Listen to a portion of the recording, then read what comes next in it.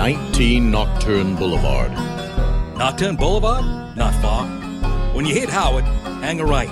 Howard meets Phillip at a weird kind of angle. Then you cross James and Poe. You can't miss Nocturne. It's just past the Automat. 19 Nocturne Boulevard. Your address for suspenseful stories of the speculative, strange, and supernatural. Tonight's episode is The View from Within, inspired by a story by H.P. Lovecraft.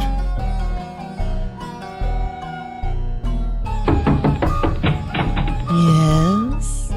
This is 19 Nocturne Boulevard. Won't you step inside? Did you have any trouble finding it? What do you mean, what kind of a place is it? Why, it's an artist's loft. Can't you tell?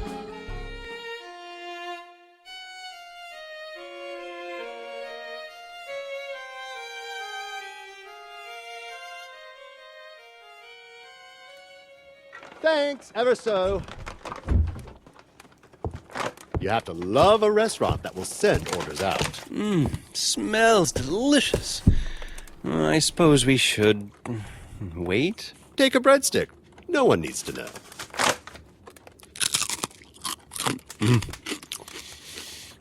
From one starving artist to another, my stomach thanks you. Aha!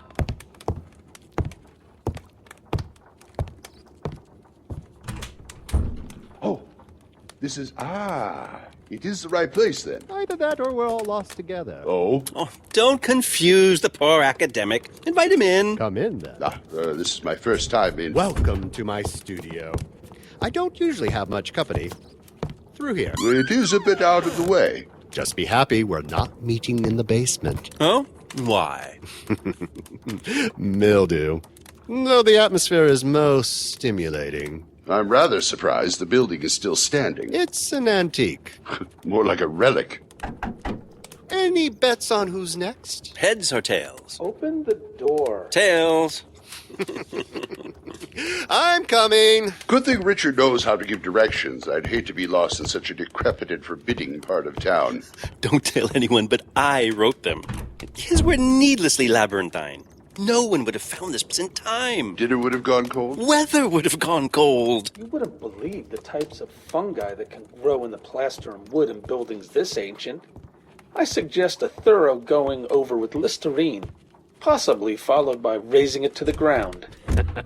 You modern-minded scientists can't see the value of anything lacking in hygiene unless it's in a petri dish. Culture isn't born in a day. It might be in a petri dish. Sit. Relax. I suppose we could commence with eating if Charles isn't here soon. But he is. Back in a moment. Fire trap. What? These old gambrel-roofed buildings. The attic framing is particularly susceptible to the flow of air. Well, I doubt that it will go up tonight. And I doubt that going over with Lister's formula will make it any less flammable. Did Richard say anything about this story of his? Only that he felt it an impenetrable mystery. It had better be something a bit more engaging than a plebeian crime drama. That's no entertainment for a thinking man. You didn't just come for the food? I certainly did. Did I hear someone mention a thinking man? That would be Herbert. Well, neither of us is inclined to think at all, if there isn't an immediate need. Of course I think. I'm always... Buried in the college library. Absorbing. Rather like a sponge. So there's only one thinking man present? I beg to differ. May I introduce a friend? What? And I thought this was a secret society. Is it? I thought it was dinner. Don't matter. As he's in town for just the fortnight, Richard said I might bring him along. Particularly with a mystery in hand. Aren't mysteries afoot? Plenty of food, though it looks like the breadsticks are going fast. So, these are my cronies. Warren there in the tweed. Edward with the glasses. Herbert, well, he's Herbert. And you met Richard at the door. Enchanté. And this, to all you rabble, is Monsieur Auguste, an old friend of the family. French? Oui. Do not discompose yourself. My English is quite fair. My father met Auguste when he was overseas. They always figured on meeting up again and trading some yarns. Yarns? Stories. Ah, oui. I am a great one for the recounting of the stories. But it's Richard's turn tonight. I see why you let him in, cheater. You're not getting out of it that easily. I'm not getting out of anything. But there's no reason we cannot allow such an Auguste visitor a morsel of our time. My story can wait until we're on to the cigars. Well, if they're half the size of your breadsticks, we might be here all night.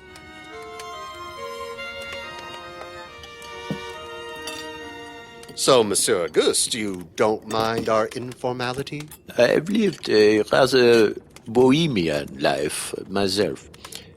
If I was to be precise in naming of the names, you should all address me as Sir. You aren't that much older than it. No, pardon. It is the title, yes? I have honorific of Chevalier. A knight, I think, in Anglais. A knight? Really? Do you have a sword? And a horse and everything? Pardon, Edward. He's the product of our public school system, and thus is oblivious to the niceties of history. And you were a bohemian in Paris? There's no better place for it. C'est vrai, c'est true. Aren't you some sort of consulting detective? Oh, mais non. At the best, I would call myself a dilettante. My friend and I simply found ourselves in the path of a crime or two in our day. I analyze, I correlate. I also am willing to accept things that others might assume are impossible. Impossible? Nonsense. Things must be either possible or impossible. Not really. The bounds of the possible are enlarged every year by my fellow scientists. I thought you of all people would be defending the bounds of the possible. Every impossibility is like a lock. Once you find the right key, the door opens, and the boundary enlarges. So I comprehend you are speaking of science. I am of the same mind. Trying key after key, any door will eventually open, even if there is a century of keys.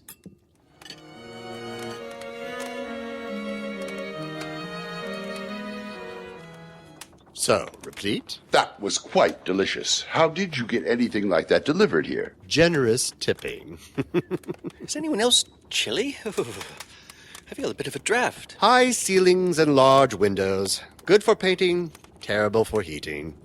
Have some more brandy, that should warm you up. You call this brandy? The rum runner I bought it from assures me that it's the... It's almost the right color, but the resemblance is less than skin deep. Let's agree I buy for effect, not refinement. Seeing your house, I can understand that. And we come full circle. My story begins at the house of a friend. I'll call her Mavis. Mavis? A romance? A patron. She'd just come into an inheritance, including a large manor out in the country. It hadn't been lived in for a while and needed tending, but money can go a long way towards fixing any neglect. My father would agree. So, in the clearing out of the picturesque dilapidation, several outbuildings were uncovered. This is your story? They trimmed the lawn and found a shed? Oh, how bucolic. I'm simply trying to include any details you might need later to arrive at the conclusion to this mystery. Perhaps, if I may, you could recount us the mystery first, and the details to follow. That wouldn't be precisely methodical, would it? Under normal circumstances, I would abhor one who settles on a hypothesis first, and then aims all his tests to achieving that end, and only that end.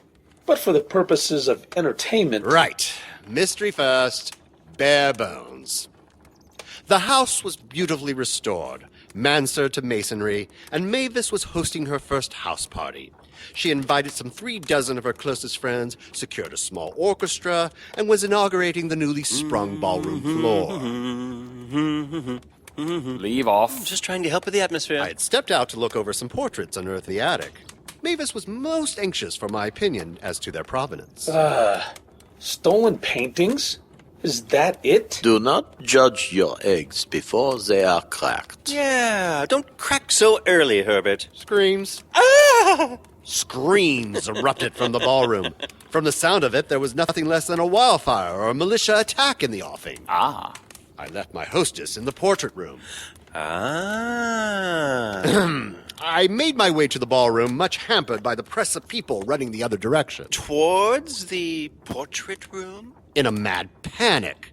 By the time I reached the ballroom, it was an empty shell. Chairs were tipped, glass on the floor from shattered tumblers, and some very strange tracks.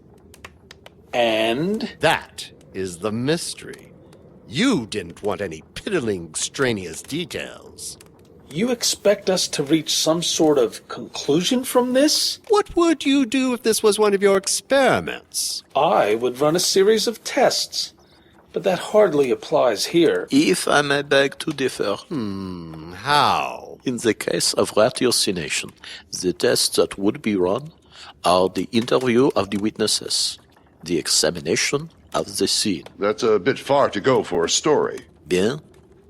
So we must settle for the interview of the singular witness. Notre vieux Richard here. You, sir, are our window on the tale. But how would that work? Why not make of it a game? Each takes it in his turn to ask a question, to be answered to the best of Monsieur Richard's knowledge. Bien? Sounds rather interesting, really. One can learn a great deal about any man from the way he plays even the simplest of games. I might have an edge for once. What with my newspaper experience? Obituaries. You might at that. It's hardly scientific method. I'm game. Who begins? I think Widdershins would be appropriate. That means Edward starts it off. Well, one question.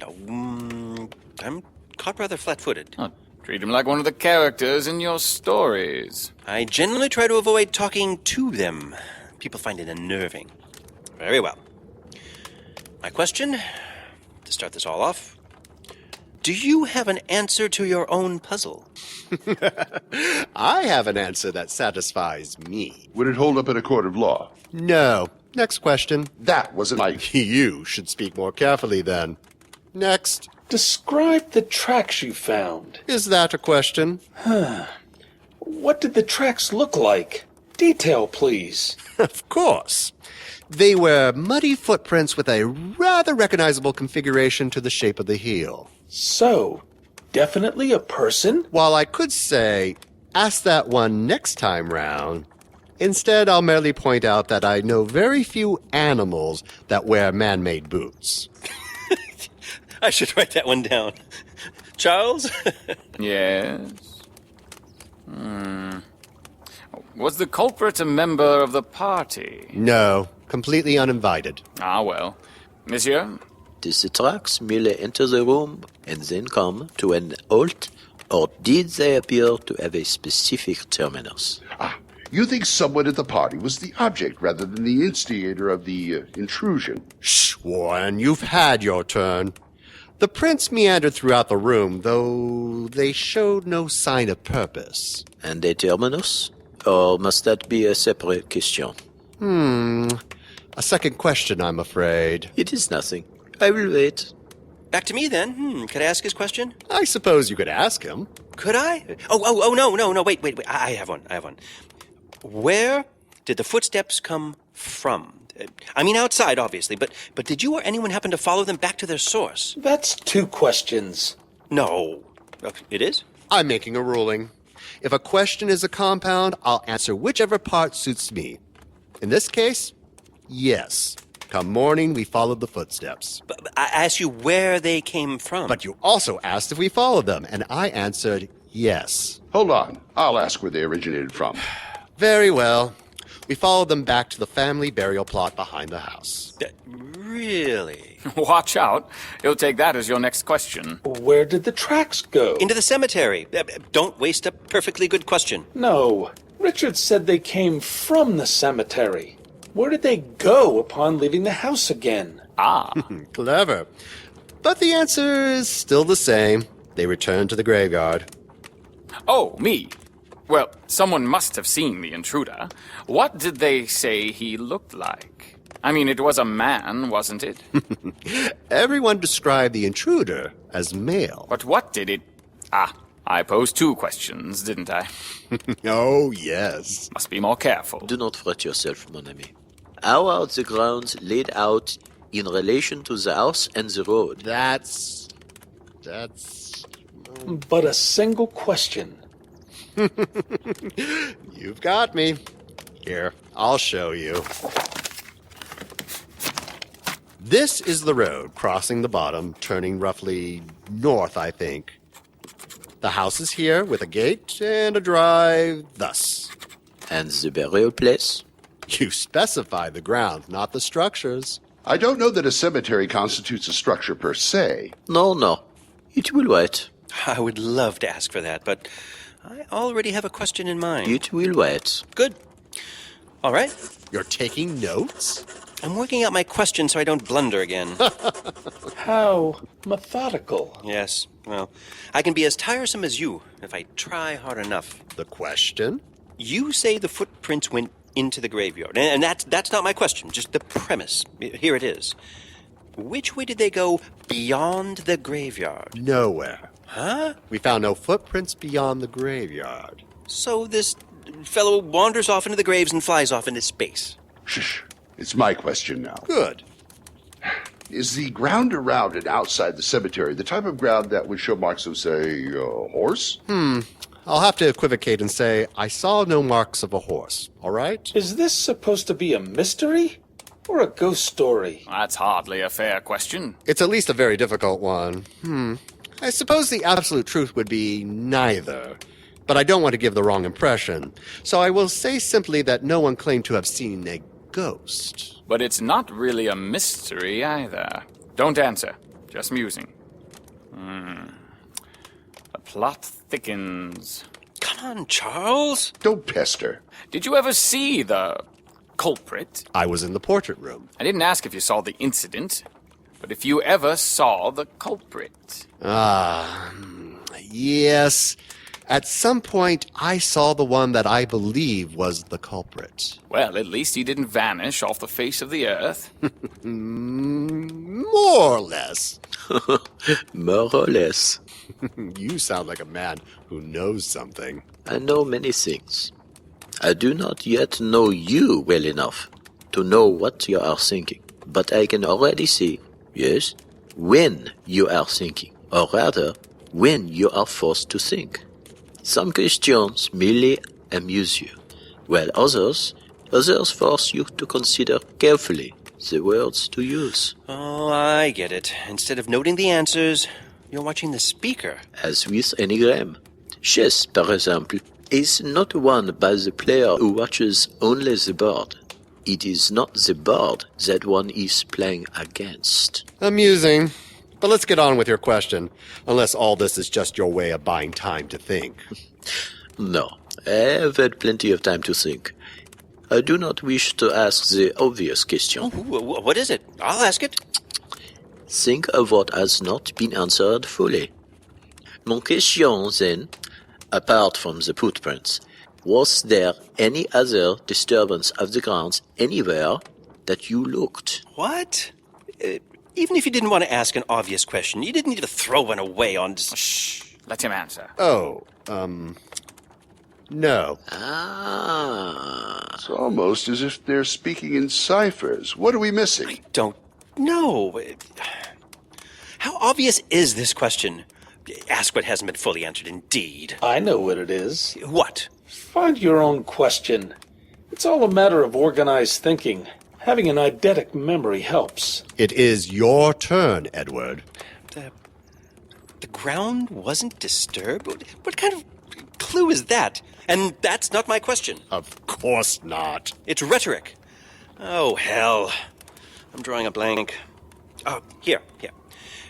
Did the intruder break anything at the house? Well, no one ever said the intruder broke anything, and there was no sign of it. And yet things were broken. Your initial description was very clear on that point. Yes, but that all happened during the general state of panic. I don't believe it's your turn, sir. And I did not ask a question. Oh, you sly dog, you. Bien. My apologies for interrupting the proper order of things. Oh, hit him with a good one, Warren. Something that hasn't been fully answered. Oh! What about Auguste?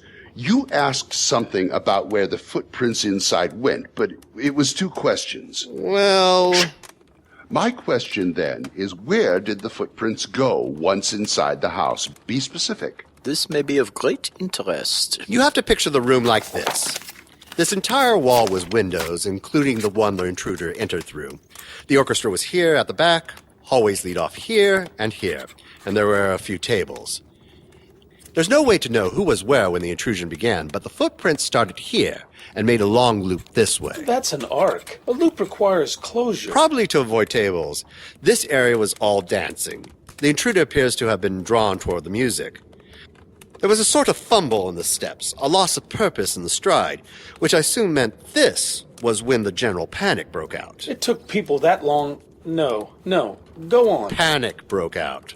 From there, the footprints walked over to one of the alcoves, then, striding quickly again, back to and out the window. Alcoves? Yes, there are 5. Next question. No, I really must draw the line here. You never described alcoves when you were describing the room. Besides, it's not even my turn. He's right. I think you'll have to give him that one. I was only joking. Besides, Herbert has been looking smug for long enough. Out with it, foul fiend, and ask the question you've been brimming over with. Oh, me? I'm sorry, Warren, but you missed Auguste's point entirely. The question that was never answered is, what did people say the intruder looked like? Good golly, that's right. Well played, Herbert. The few people who could speak of the intrusion without descending into helpless gibbering or simple fainting described the intruder as unclean, uncanny, unwelcome, abnormal, and detestable. It was the ghoulish shade of decay, antiquity, and dissolution.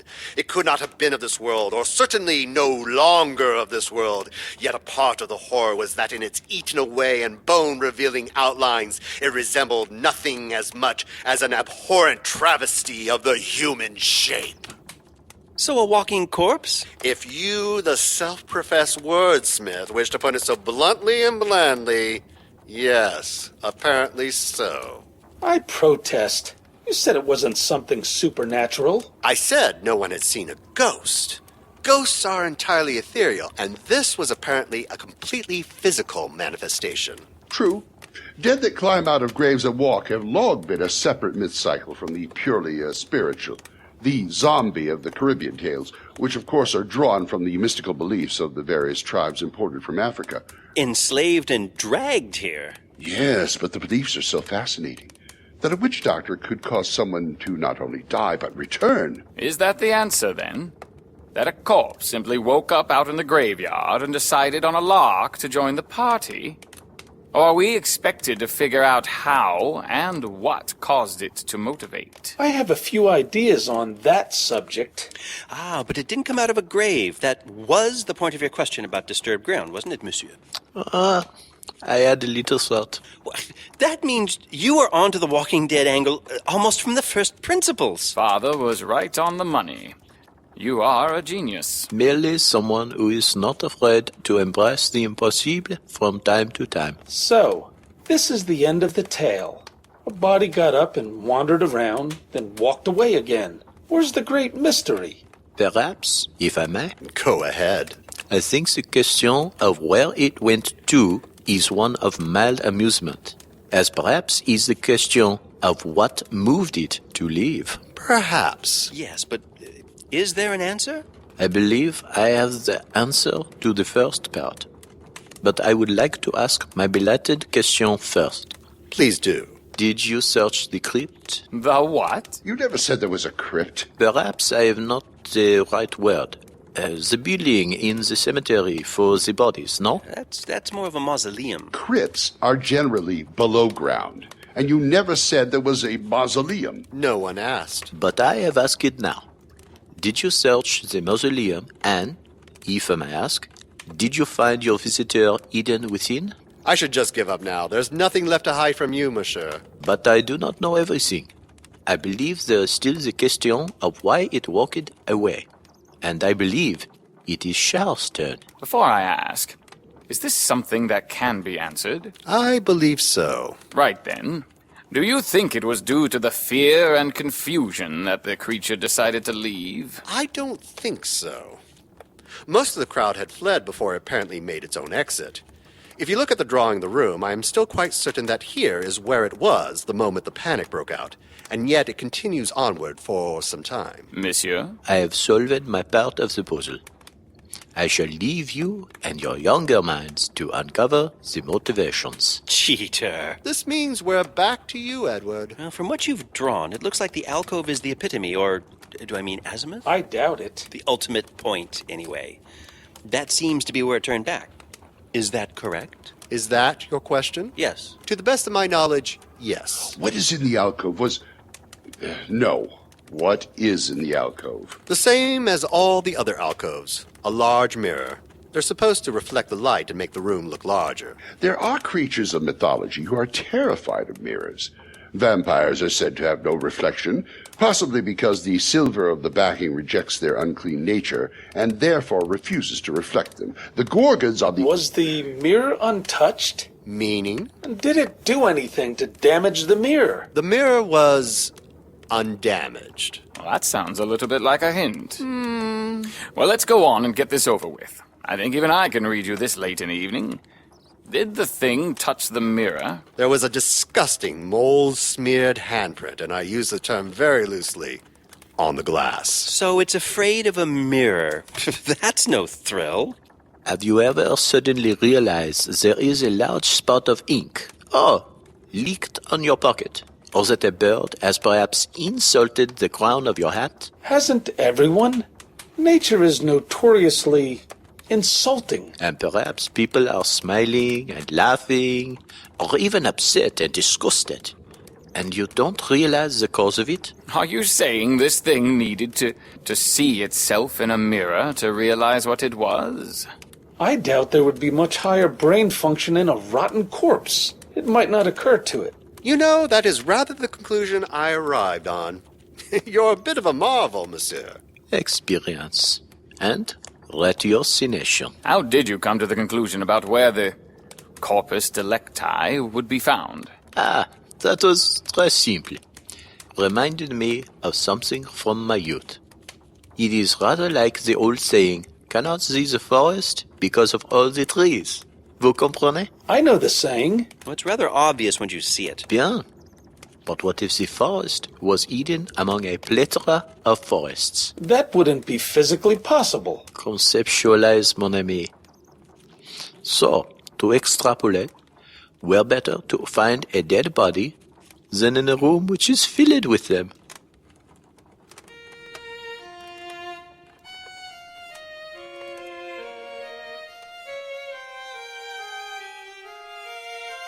Now that you know how to find us, don't be a stranger.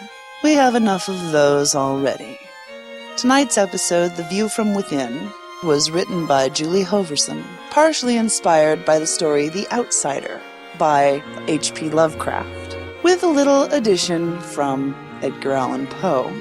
In tonight's episode, Richard was Philemon Vanderbeck, Edward was Bryan Hendrickson, Herbert was Carl Cubbedge, Warren was Glen Hallstrom, Charles was Michael Coleman of Tales of the Extraordinary, and C. Auguste Dupin was Reynaud LeBoeuf. Music for tonight's episode was from Kevin MacLeod of Incompetech.com, with much thanks to our intern savant, Suzanne Dunn. The cover art for this episode was by Brett Coulstock. Sound effects were found on Soundsnap.com and Sonomic.com and OneSoundFX.com. Sound and mastering was done by Julie Hoverson. The opening theme was by Kevin MacLeod at Incompetech.com. The opening credits featured Cole Hornaday, Reynaud LeBoeuf, and Julie Hoverson. All persons, places, and events in this story were fictitious or used in a fictitious manner and are not meant to reflect any persons, places, or things, living, dead, or undead. Questions? Comments? We would love to hear from you. Contact us at 19nocturne@live.com, that's 19nocturne, or check out our website at www.19nocturneboulevard.com. Or join us in the 19 Nocturne Boulevard forum over at audiodramatalk.com. This presentation is copyright 2010 to Julie Hoverson and Reality Productions.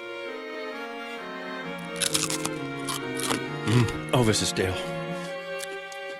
I could do that a lot more snide.